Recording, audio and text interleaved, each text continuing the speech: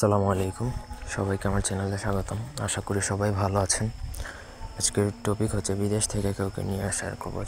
কাউকে যদি আপনি বিদেশ থেকে আনতে চান, সে আপনার স্বামী হতে পারে, আপনার স্ত্রী হতে পারে, বা যে কেউ বিদেশে চলে গেছে, আসতে চাচ্ছে না, আপনি তাকে নিয়ে আসতে চাচ্ছেন, বা আপনার ভরণ পোষণ দেয় না, দেখাশোনা করে না, আপনি তাকে নিয়ে আসতে চাচ্ছেন আপনার কাছে, তাহলে এটা প্রয়োগ করতে পারেন। প্রথম থেকে পুরো ভিডিওটা সবাই না টেনে শেষ পর্যন্ত দেখবেন। আমার চ্যানেলটা সাবস্ক্রাইব করবেন, লাইক কমেন্ট শেয়ার করবেন। ব্যক্তিগত যে কোনো প্রয়োজন বা যে কোনো কাজের জন্য স্ক্রিনে দেওয়া নম্বরে সরাসরি ফোনে, হোয়াটসঅ্যাপে বা ইমোতে যোগাযোগ করে যে কোনো কাজ করাতে পারবেন, দেশে বা দেশের বাইরে থেকে।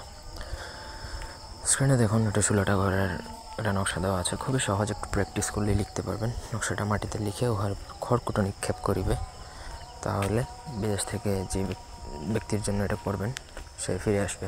তো এই হচ্ছে বেসিক প্রসেস, কিন্তু আরও নিয়মকানুন আছে। তার জন্য প্রথমত আপনার উস্তাদের অনুমতি নিতে হবে। গুরুচণ্ডালী মন্ত্র বা গুরুচণ্ডালী বিদ্যা সেটা আগে পাঠ করতে হবে। এটা যে কোনো উস্তাদের থেকে নেবেন। তারপর সেটা আপনাকে কোনো জঙ্গলে যেয়ে লিখতে হবে। পাক পবিত্র ব্যবস্থায় একা নির্জনে রাত্রিবেলা যেয়ে লিখবেন। লেখার পরে নকশার নিচে অবশ্যই নাম লিখবেন, যাকে আনবেন। সে পুরুষ হলে তার পিতার নাম, মহিলা হলে তার মাতার নাম লিখবেন।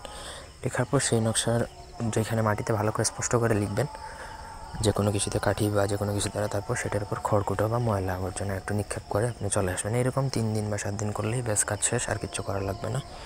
উদ্দিষ্ট ব্যক্তি বা কাঙ্ক্ষিত ব্যক্তি বিদেশ থেকে চলে আসতে বাধ্য হবে, এটা পরীক্ষিত। ধন্যবাদ।